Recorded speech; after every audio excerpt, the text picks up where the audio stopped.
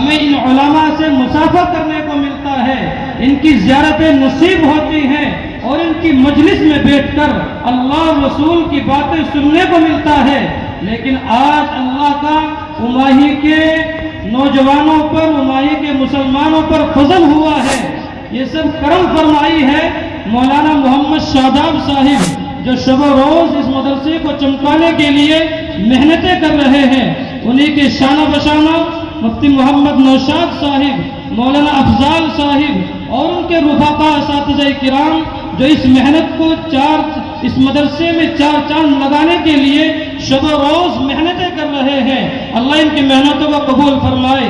یہ انہی کی محنت کا صلہ ہے، انہی کی دعوت پر آج اماہی کے اندر بڑے سے بڑے خطیب، بہترین مقرر اپنے وقت کے شاندار خطیب تشریف فرما ہے۔ جی ایک کہاوت ہے، ایک مثل مشہور ہے کہ پیاسا جو ہے وہ کنویں کے پاس جاتا ہے، لیکن جب خدا مہربان ہوتا ہے تو جب طلب حد سے بڑھتی ہے کنواں خود پیاس آتا ہے، کنواں خود پاس آتا ہے۔ اللہ تبارک و تعالی جب مہربان ہوتے ہیں تو کنویں کو بھی پیاسے کے پاس بھیج دیتے ہیں۔ وہی مثال آج دیکھنے کو مل رہی ہے کہ ان علماء کی زیارت کے لیے ہمیں جانا چاہیے تھا، لیکن اللہ کا فضل ہوا، اللہ کا انعام ہوا، اللہ کا کرم ہوا کہ آج ہمیں ان کی زیارت کرنے کا بھی موقع ملے گا، ان کی مجلس میں بیٹھ کر دین کی بات سننے کا بھی موقع ملے گا، ان سے سلام و مصافحہ کرنے کو بھی ملے گا۔ کیوں؟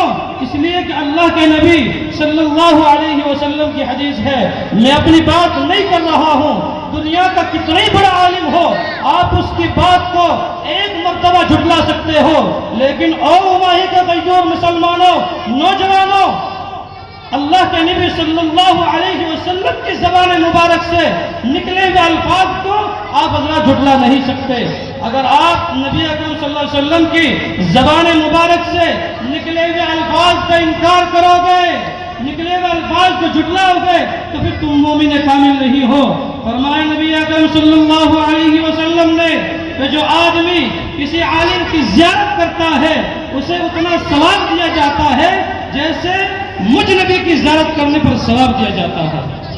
او ماہی کے غیور مسلمانوں، یہ بھی فرمایا میرے نبی نے کہ جو آدمی کسی عالم سے مصافحہ کرتا ہے، محبت کی نظر سے دیکھتا ہے، اللہ رب العزت اسے اتنا ثواب عطا فرماتے ہیں کہ جیسے مجھ نبی سے مصافحہ کرنے پر ثواب دیا جاتا ہے۔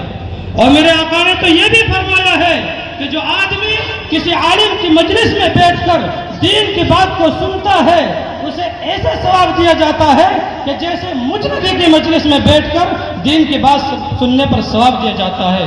یہ فضیلت کیوں ملی؟ اس لیے ملی ہے، فرمایا العلماء ورثۃ الانبیاء، یہ جو علماء ہے، یہ جو قرآن کے حافظ ہے، یہ جو قرآن کے خادم ہے، یہ جو حدیثوں کو پڑھانے والے ہیں، یہ مسند پر بیٹھ کر آپ کے ننھے ننھے بچوں کو قرآن کی تعلیم سے آراستہ کرانے والے ہیں، آپ کے بچوں کے سینے میں علم کا منتقل ہے۔ فرمایا العلماء ورثۃ الانبیاء، یہ جو علماء ہے، یہ اسٹیج پر نورانی چہرے بیٹھے ہوئے ہیں، یہ جو علماء ہے یہ انبیاء کے وارث ہیں۔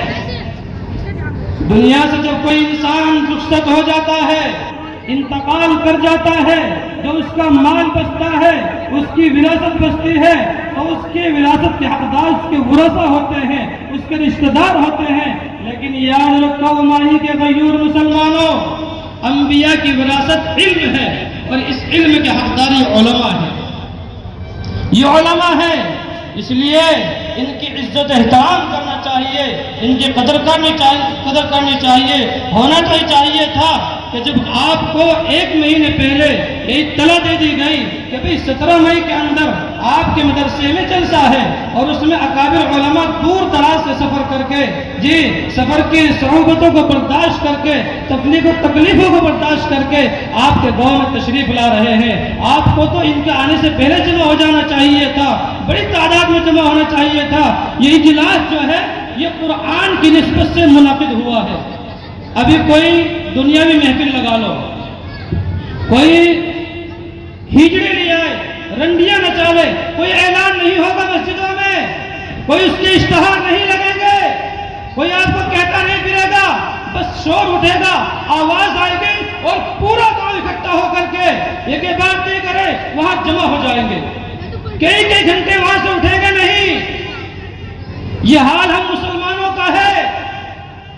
پھر یہ کہتے ہو کہ جی ایسا ہو گیا، ایسا ہو گیا، کیوں نہیں ہوگا؟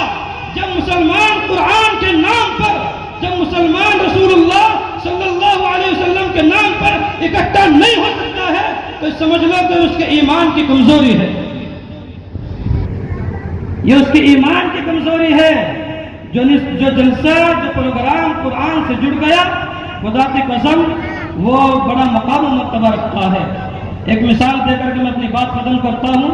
حضرت اسٹیج پر جلوہ افروز ہیں، جیسے نبی اکرم صلی اللہ علیہ وسلم کی سے صحابہ کرام کی نسبت جڑی تو صحابہ کرام رضوان اللہ تعالی علیہ مجمعین سب شہداء ہو گئے، ان کا مقام و مرتبہ بڑھ گیا۔ ایسے ایک مثال دیکھو، یہ کپڑا ہے میرے ہاتھ میں کپڑا، اب اس کپڑے کو میں اتار کر کے اس پہ پیر بھی رکھ سکتا ہوں، میں اس سے ناک بھی صاف کر سکتا ہوں، لیکن اسی کپڑے کا جزدان بنا کر کے میں قرآن پہ چڑھا لوں، اب میرا دل گوارا نہیں کرے گا کہ میں اس جزدان کو بغیر وضو کے چھوڑوں۔ میں یہ چاہوں گا ایک سچا مسلمان ہونے کے ناطے کہ میں اسے محبت سے اٹھاؤں۔ کیوں؟ اس لیے کہ قرآن کا لباس بن گیا ہے۔ ایسے ہی جو مجلس قرآن کی نسبت سے منعقد ہوتی ہے اس کا مقام و مرتبہ بڑھ جاتا ہے۔ اب تمام مسلمانوں کی ذمہ داری بنتی ہے جب بھی کوئی دینی پروگرام ہو، آپ یہ نہ دیکھیں کہ آپ کو جوڑنے والا، آپ کو جلسے میں بلانے والا مولانا شاداب ہے، یہ مفتی نوشاد ہے، یہ مولانا افضال ہے، یہ کوئی اور عالم ہے۔ اور ایک اور بات بتا دینا چاہتا ہوں، اختلاف آپ کو شخصیت سے ہو سکتا ہے، مدرسوں سے کوئی اختلاف کسی مسلمان کو نہیں ہونا چاہیے۔ یہ تو دین کے قلعے ہیں، ان کی حفاظت ہم سب کی ذمہ داری ہے۔ بہرحال اب میں اپنی بات کو زیادہ طول نہ دیتے ہوئے، مجھے امید ہے کہ انشاءاللہ جہاں تک میری آواز پہنچ رہی ہے سبھی حضرات بہت جلد کر کے پنڈال گاہ میں تشریف لے آئیں۔ اب میں اپنی بات کو زیادہ طول نہ دیتے ہوئے اپنے اصلی مقصد کی طرف چلتا ہوں۔